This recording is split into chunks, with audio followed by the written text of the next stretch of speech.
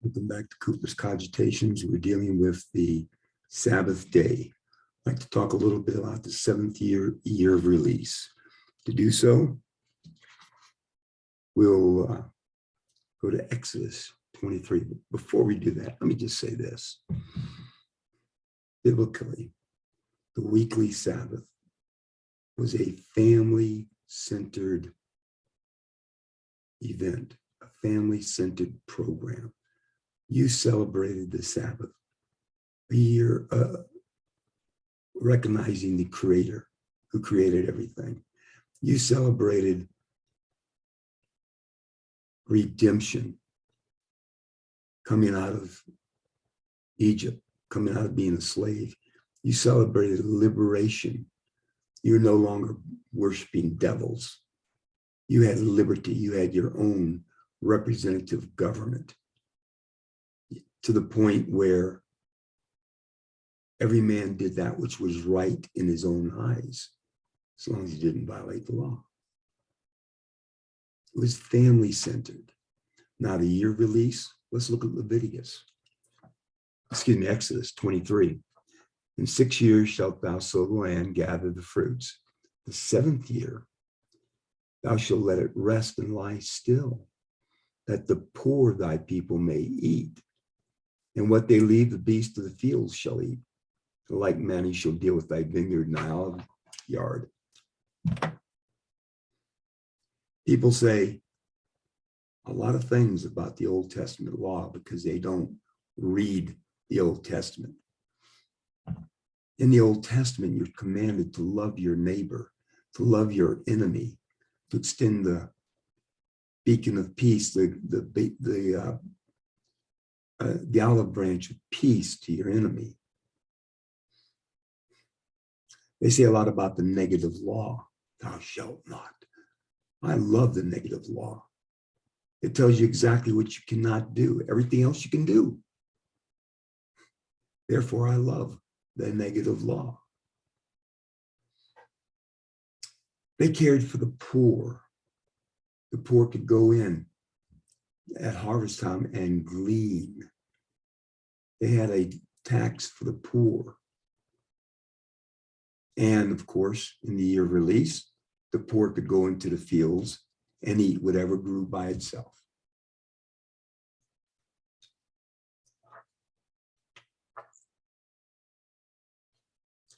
Thou shalt number 7 Sabbaths of years unto thee, 7 times 7 years. The space of 7 years of Sabbaths of years shall be unto thee 49 years. Okay? And then thou shalt, this is in Leviticus 25, cause the trumpet of the Jubilee to sound on the 10th day. And you shall hallow the 50th year and proclaim liberty throughout all the land unto all the inhabitants thereof. It shall be a Jubilee unto thee. You shall return every man unto his possession. You shall return every man unto his family. We go back a moment to the 7-year release. That was fixed. That was fixed. If you lent something to an individual in the 1st year or the 6th year, it's over with in the 7th year. In the 7th year, that debt is forgiven. They didn't have 30-year mortgages. They didn't have 30-year mortgages. It was 6 years. At the end of 6 years, the 7th year was fixed. It was not, if it was not paid off, it was forgiven. You could keep a Hebrew slave or servant for 6 years. In the 7th year, you let them go. But if they were a servant and they worked for you, or even a slave that worked for you, bond servant, okay? You treated them well. And when you released them in the 7th year, you made sure you gave them wherewith they could go out and not be poor. They could establish their own business, their own farm. You gave it to them liberally. You get rid of the poor, you take care of the poor. You were the bond servant because you couldn't pay your debts, and so you went in to serve your creditor until it was paid, or the 7th year release came in. The Israelites ignored the seventh year of release. They ignored it. Listen to what happened to them. This is in Chronicles. Where did I write it? They failed to keep the year of release or allow the land to rest. They were taken into Babylonian captivity, and the land had 70 years of rest. 2 Chronicles 36:20. And them that escaped from the sword carried he away to Babylon, where they were servants to him and his sons until the reign of the kingdom of Persia, to fill the word of the Lord by the mouth of Jeremiah, until the land had enjoyed her Sabbaths. For as long as she lay desolate, she kept the Sabbath to fulfill 70 years, 70 years. They didn't keep the Sabbath. They didn't keep the 50-year Jubilee. They went into bondage for 70 years to give the land its Sabbath. It's an important factor in the Sabbath day.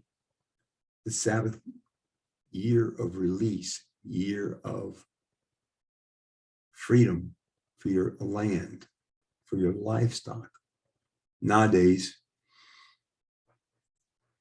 for a lot of dairy herds, you milk them 3 times a day. At the end of 5 years, they're done. Sell them to McDonald's. We had a registered Jersey herd. I worked as a herdsman for a registered Jersey herd, a couple of national milkers. We went through the book, the 4-inch book, to get the right bull for our right cow, so we can get the right calf. We only milked them twice a day.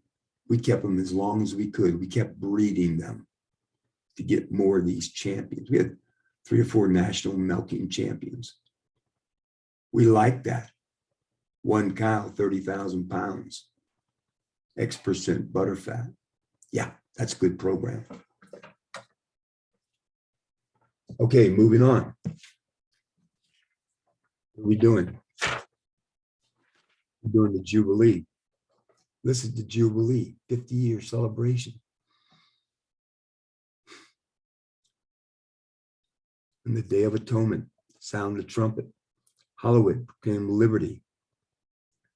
You shall return every man unto his possession. You return every man unto his family. Folks, you came into the promised land and you were given an inheritance. That was your family inheritance. It was your family forever. Okay, so you fall into hard times, you sell it. You fall into even worse times, you put yourself into bondage. After a few years, you're free. The year of release. Sometimes your land stays there for the 50 years, but in the 50th year, it's returned to your family. It's not a perpetual tax. They don't sell it at auction.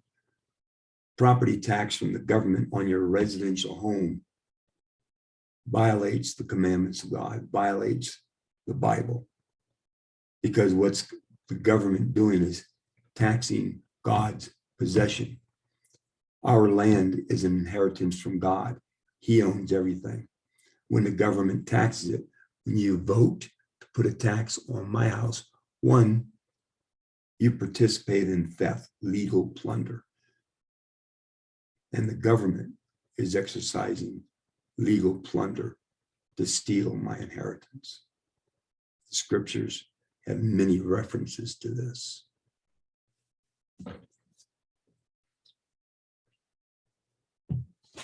Okay, we're just about done with this section, so we'll stop.